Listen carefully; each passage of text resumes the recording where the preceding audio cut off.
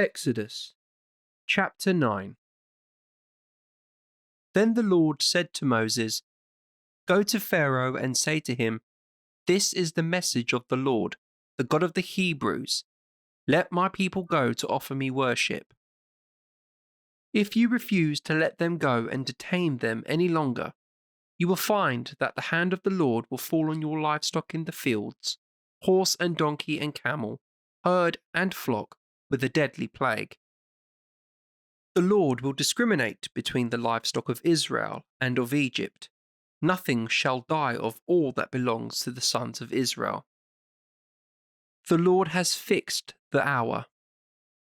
Tomorrow, he has said, the Lord will carry out this threat in all the land." Next day, the Lord kept his word. All the Egyptians' livestock died, but none owned by the sons of Israel died. Pharaoh had inquiries made, but it was true. None was dead of the livestock owned by the sons of Israel. But Pharaoh became adamant again and did not let the people go. The Lord said to Moses and Aaron, "Take handfuls of soot from the kiln, and before the eyes of Pharaoh let Moses throw it in the air.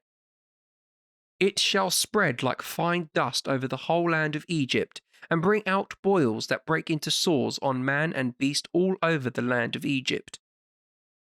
So they took soot from the kiln and stood in front of Pharaoh, and Moses threw it in the air. And on man and beast it brought out boils breaking into sores. And the magicians could not face Moses, because the magicians were covered with boils like all the other Egyptians. But the Lord made Pharaoh's heart stubborn and, as the Lord had foretold, he refused to listen to them. Then the Lord said to Moses, "Get up early in the morning and present yourself to Pharaoh. Say to him, 'This is the message of the Lord, the God of the Hebrews. Let my people go to offer me worship. This time I mean to send all my plagues on you and your courtiers and your subjects, so that you shall learn that there is no one like me in the whole world. Had I stretched out my hand to strike you and your subjects with pestilence, you would have been swept from the earth. But I have let you live for this, to make you see my power and to have my name published throughout all the earth. High-handed with my people still, you will not let them go. Tomorrow, therefore, at about this time, I will let fall so great a storm of hail as was never known in Egypt from the day of its foundation. So now have your livestock, and everything that is yours in the fields put under cover, on man and beast, on all that remains in the fields and is not brought indoors, the hail will fall, and they will die."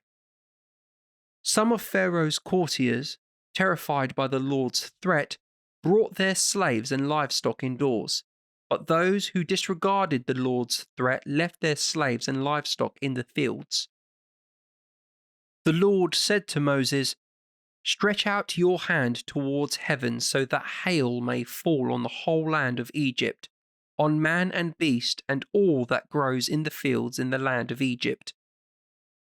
Moses stretched out his staff towards heaven, and the Lord thundered and rained down hail. Lightning struck the earth. The Lord rained down hail on the land of Egypt. The hail fell, and lightning flashing in the midst of it, a greater storm of hail than had ever been known in Egypt since it first became a nation. Throughout the land of Egypt the hail struck down everything in the fields, man and beast. It struck all the crops in the fields, and it shattered every tree in the fields. Only in the land of Goshen, where the Hebrews lived, was there no hail. Pharaoh sent for Moses and Aaron. "This time," he said, "I admit my fault. The Lord is in the right, I and my subjects are in the wrong. Entreat the Lord to stop the thunder and the hail. I promise to let you go, and you shall stay here no longer."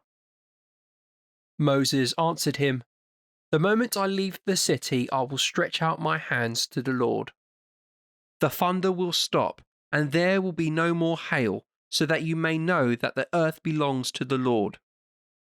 But as for you and your courtiers, I know very well that you have no fear yet of the Lord our God.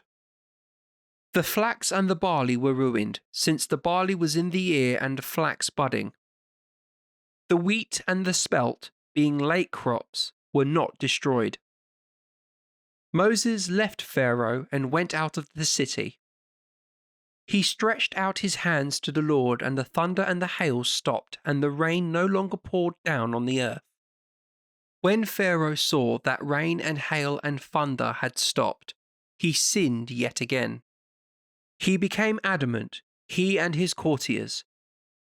The heart of Pharaoh was stubborn, and, as the Lord had foretold through Moses, he did not let the sons of Israel go.